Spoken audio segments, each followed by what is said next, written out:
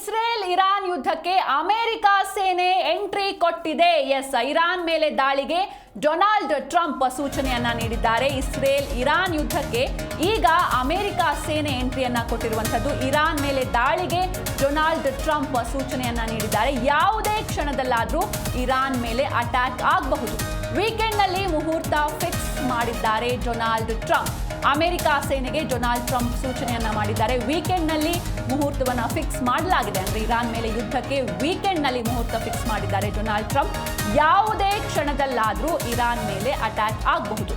Israel Iran ಯುದ್ಧಕ್ಕೆ ಈಗ ವಿಶ್ವದ ದೊಡ್ಡಣ್ಣ ಎಂಟ್ರಿ ಕೊಡ್ತಾ ಇರುವಂತದ್ದು. ಅಮೆರಿಕ ಸೇನೆ ಎಂಟ್ರಿ ಕೊಟ್ಟಿದೆ. ಇರಾನ್ ಮೇಲೆ ದಾಳಿಗೆ ಡೊನಾಲ್ಡ್ ಟ್ರಂಪ್ ಸೂಚನೆಯನ್ನ ನೀಡಿದ್ದಾರೆ. ಯಾವುದೇ ಕ್ಷಣದಲ್ಲಾದ್ರೂ ಇರಾನ್ ಮೇಲೆ ಅಟ್ಯಾಕ್ ಆಗುತ್ತೆ.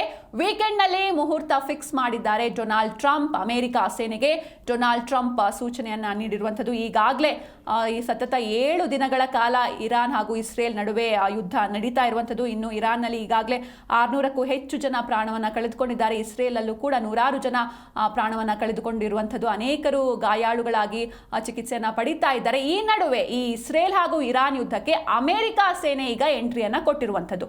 ಇರಾನ್ ಮೇಲೆ ದಾಳಿಗೆ ಡೊನಾಲ್ಡ್ ಟ್ರಂಪ್ ಸೂಚನೆಯನ್ನ ನೀಡಿದ್ದಾರೆ.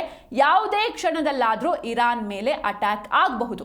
ಇನ್ನು ವೀಕೆಂಡ್ ನಲ್ಲಿ ಮುಹೂರ್ತವನ್ನ ಫಿಕ್ಸ್ ಮಾಡಿದ್ದಾರೆ ಡೊನಾಲ್ಡ್ ಟ್ರಂಪ್.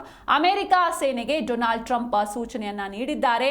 ಇನ್ನೇನು ಇರಾನ್ ವಿರುದ್ಧ ಅಮೆರಿಕ ಸೇನೆಯು ಕೂಡ ಯುದ್ಧದಲ್ಲಿ ಭಾಗಿಯಾಗಲಿದೆ. ವಿಶ್ವದ ದೊಡ್ಡಣ್ಣ ಡೊನಾಲ್ಡ್ ಟ್ರಂಪ್ ಇರಾನ್ ಮೇಲೆ ದಾಳಿಗೆ ಸೂಚನೆಯನ್ನ ನೀಡಿದ್ದಾರೆ. ವೀಕೆಂಡ್ ನಲ್ಲಿ ಮುಹೂರ್ತವನ್ನ ಫಿಕ್ಸ್ ಮಾಡಿದ್ದಾರೆ ಡೊನಾಲ್ಡ್ ಟ್ರಂಪ್.